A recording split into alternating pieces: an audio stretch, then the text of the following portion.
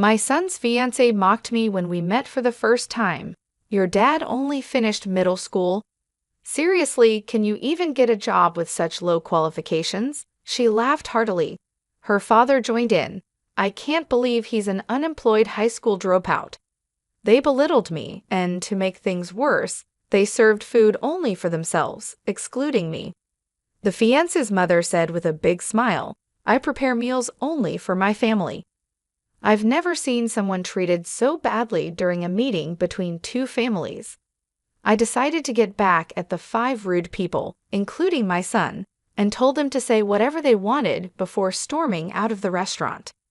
My name is Eric Roberts. I just turned 59 this year, and I have a 24-year-old son named Larry. But my relationship with my son is strained, and he never comes to my house. I've often regretted how I raised him, as this led to the situation we're in now. I lost my beloved wife when Larry was still in elementary school. My wife had been frail since childhood, and she passed away at the young age of 47. At my wife's funeral, I didn't care about the judgmental looks from relatives. I sobbed like a little kid. Larry was more composed, telling me, Dad, it's sad, but let's say our goodbyes to Mom. But my grief only lasted during the funeral. Back then, I was running a real estate business I had inherited from my father. The day after my wife's funeral, I woke up to phone calls from clients. That's right, I had loyal clients to take care of, and I had to raise Larry on my own. Those phone calls snapped me out of my grief, and I headed to my office. At the same time, I took part in school events and PTA meetings, filling the role my wife had played all by myself. There's no way my clumsy self could juggle work and school events perfectly on my own. I quickly gave up and decided to temporarily close my business. I handed over my clients to another real estate agency so I could spend time with Larry. But when I went to his school, Larry glared at me and said, Dad, I told you not to come. He even complained, don't tell anyone you're my dad. Without saying whose parent I was or why I was at the school, I would just be some stranger. Even today, I'm wearing a name tag that says Roberts as I participate in PTA activities. I couldn't understand why my son suddenly started giving me the cold shoulder, but it didn't take long for the truth to come out. Hey, isn't that your dad? What's he doing at school on a weekday? Does he have nothing better to do? One classmate said, My mom said that after your mom passed away, your dad became jobless, right? Larry remained silent and looked down as his classmates taunted him. I quickly rushed over and told them, I'm just taking some time off work. It's like your summer or winter break. But this only made things worse for Larry. Your dad's just pretending to be on break. Your family's poor. I'll share my bread from lunch with you, one kid said. Larry grew more and more resentful, and his classmates kept making fun of him. Despite knowing my son was being ridiculed, all I could do was look the other way. I can't remember how many times I cried alone because of how pathetic I felt. Soon, when Larry entered middle school, he started hanging out with delinquents. He would sleep over at friends' houses and hang out at gas station parking lots until late at night. Back in the day, cell phones weren't very common, and it was rare for a middle schooler to have one. Larry started coming home less and less, and I had no clue where he was or what he was doing. All I could do was apologize when I got calls from the school saying there had been a complaint from a nearby gas station. Whenever I went to Larry's school, Larry and his rowdy classmates would call me names like good for nothing and bottom of the barrel while throwing empty cans at me. Larry had become more violent since entering middle school, and I was scared to even talk to him, not knowing what he might do. I wish I had handled things better when he was still in elementary school, but what was the right way for a parent to deal with a child's bad behavior? I had no idea how to communicate with a teenager and was utterly confused. He skipped school without caring and even ran away during classes. His grades were rock bottom. At a parent-teacher conference, they told me about a private high school where even Larry could get in, and I was relieved. I was glad there was a high school he could go to. I thought maybe he'd calm down a bit after going to high school.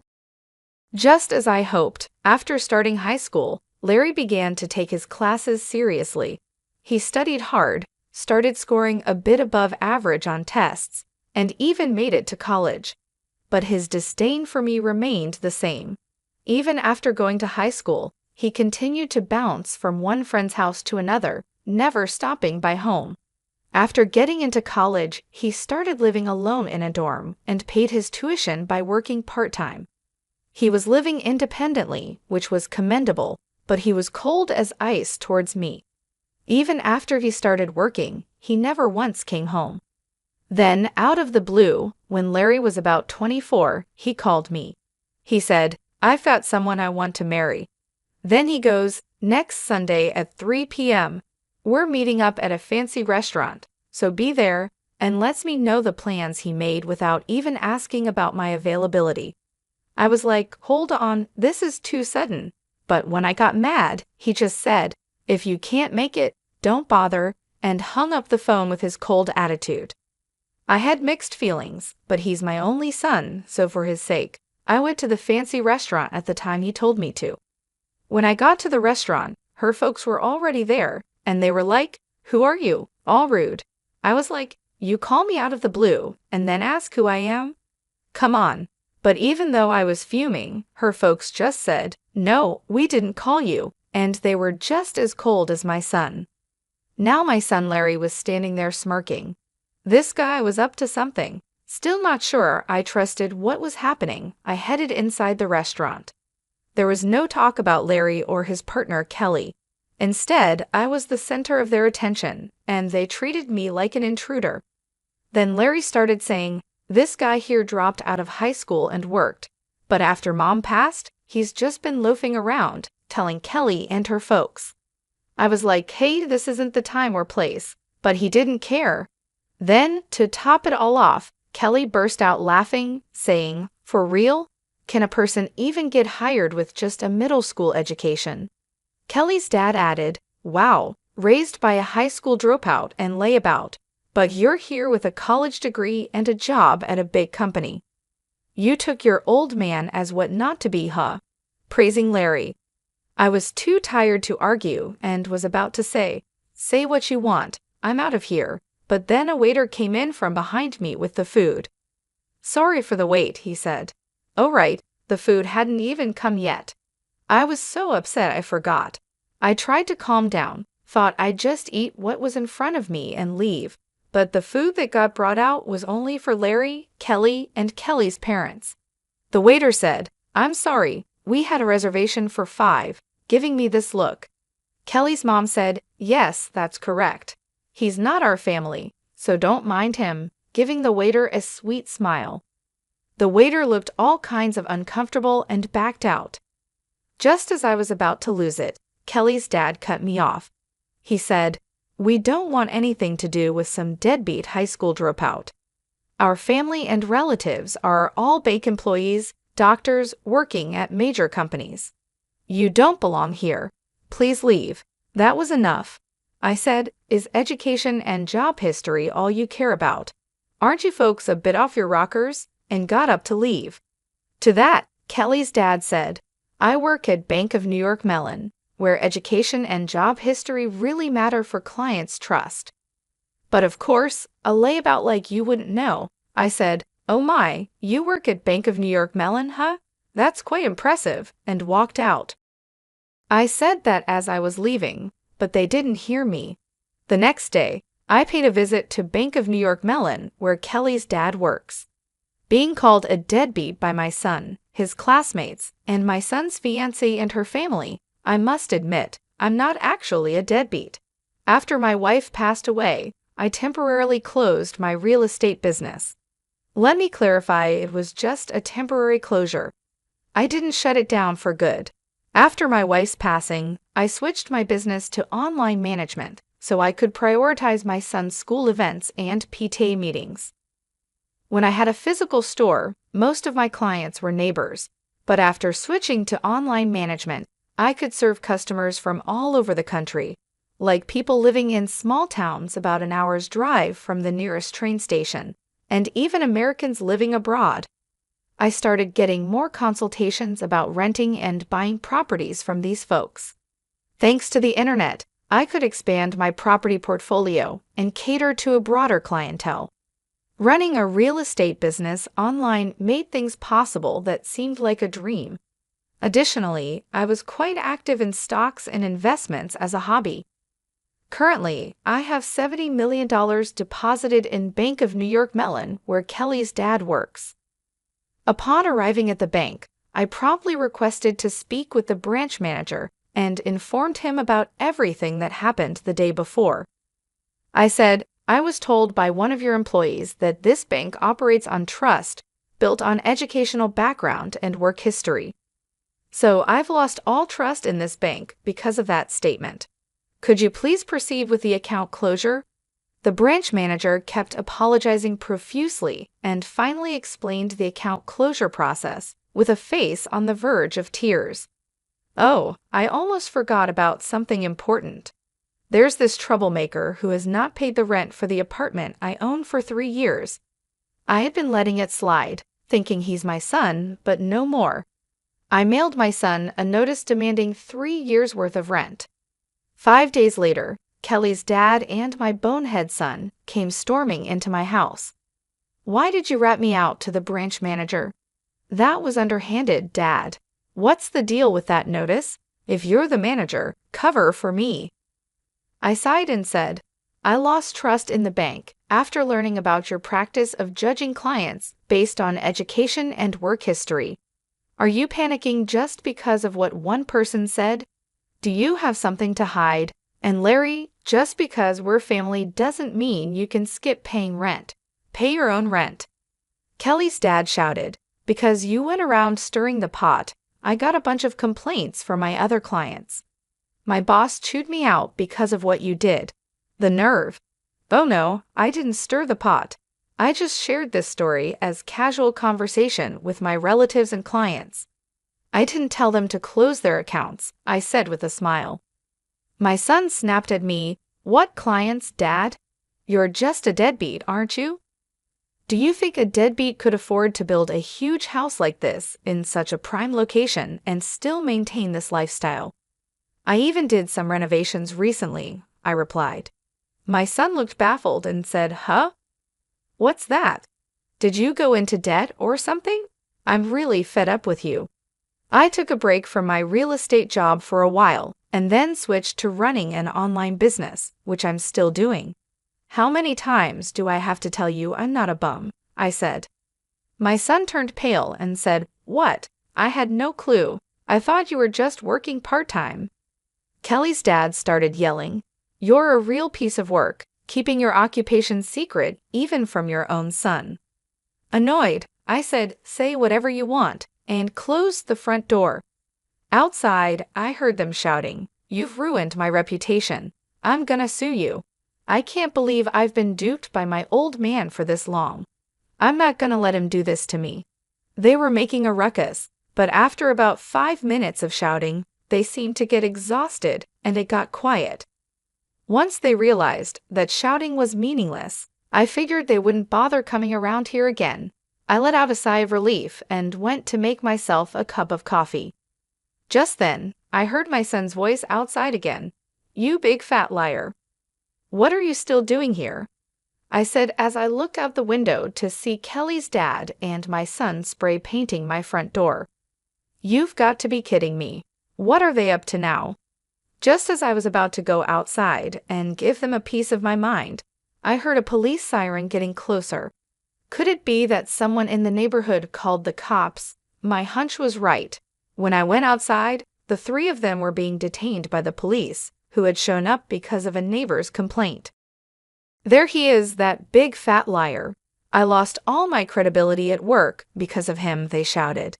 The police calmly loaded them into the patrol car, saying, all right, we'll take it from here." Then one of the officers, who seemed to have just noticed me, approached with a strangely cheerful expression. "Sir, would you please come with us to give your statement?" "Why me?" I thought, but I guess I'm the victim here. I'm gonna spill the beans on all their shenanigans. When we got to the police station, I showed the cops a video from my phone.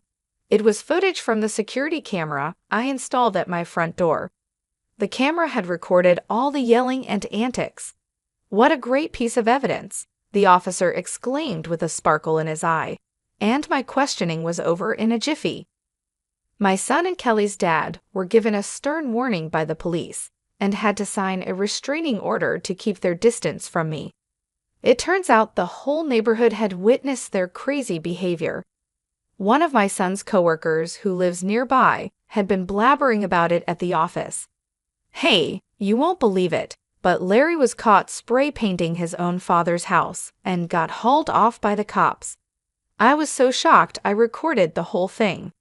My son became the talk of the town at his workplace and with clients, and his boss ended up demoting him. I went to report the incident to Bank of New York Mellon again, where Kelly's dad worked. When I showed the manager the security camera footage on my phone, his face turned white as a sheet. I heard that Kelly's dad finally got fired, and naturally, she called off the engagement with Larry. Larry and Kelly's family both fled far away to a rural area. Apparently, Kelly's parents even came to work part-time at the gas station in the sticks run by my brother. They were no good and couldn't get the hang of stocking shelves, no matter how many times they tried. I showed them and had to give them the boot right away. Word spread quickly, and nearby gas stations and farmers did the same. According to my brother, Kelly's parents can't seem to land a steady job and are bouncing from one gig to another at gas stations and farms. Furthermore, I heard that Kelly showered her boyfriends, including my son, with expensive gifts like watches, and she got into debt because of that. The little money her parents make from their part-time jobs apparently goes straight into paying off Kelly's debts. It's a mystery how they're making ends meet. It's been 6 years since then, and my son is now 30. It seems like he's changed for the better after being treated with kindness from folks in the small town he moved to. He came to me a couple of times and apologized sincerely. He said, "I was naive and immature. I didn't even try to understand your job and just labeled you as a good-for-nothing. I can't apologize enough for how much I regret it." Seeing the change in my son's attitude, I decided to let him move in with me. Now he's working at a company near my place, and little by little, he's helping me out with my work too. But don't get me wrong, he's still inexperienced, and I don't trust him completely. I'm hesitant to hand over all my work to him, but I'm going to observe his behavior and attitude towards work and make decisions accordingly. If he proves he's really turned his life around, I might consider handing over the reins of my business. But if I told him that, he might get too excited and say, "For real?" I'll hand in my 1 week's notice tomorrow and do something impulsive. I'm living with my son, holding on to the hope that one day I'll feel confident enough to trust him with everything. After the incident with the police, the news about Larry and Kelly's dad spread quickly. The neighborhood couldn't stop talking about it. One of Larry's coworkers, who lives nearby, blabbered about it at the office, saying, "Hey, you won't believe it, but Larry was caught spray painting his own father's house and got hauled off by the cops." I was so shocked I recorded the whole thing. Because of this, my son became the talk of the town at his workplace, and his boss ended up demoting him. I went to report the incident to Bank of New York Mellon again, where Kelly's dad worked. When I showed the manager the security camera footage on my phone, his face turned white as a sheet. He was speechless. I heard that Kelly's dad finally got fired, and naturally, she called off the engagement with Larry. Larry and Kelly's family both fled far away to a rural area. Apparently, Kelly's parents even came to work part-time at a gas station run by my brother. They were no good and couldn't get the hang of stocking shelves, no matter how many times they tried. My brother said they were a complete disaster, always messing up and causing trouble. Despite all this, my focus remained on my son. It's been a long road, but I believe he's starting to understand the importance of hard work and responsibility. He's apologized for his past behavior and seems genuinely remorseful. I've told him that actions speak louder than words, and I'm watching to see if his actions match his apologies. Living with him again has been challenging, but it's also been a chance for us to rebuild our relationship. I see glimpses of the man he could become, and it gives me hope. I haven't decided yet whether I'll hand over my business to him, but I'm giving him a chance to prove himself. If he shows he can be responsible and trustworthy, then maybe, just maybe, I'll consider it. But for now, I'm taking it 2 days at a time, hoping for the best and preparing for the worst.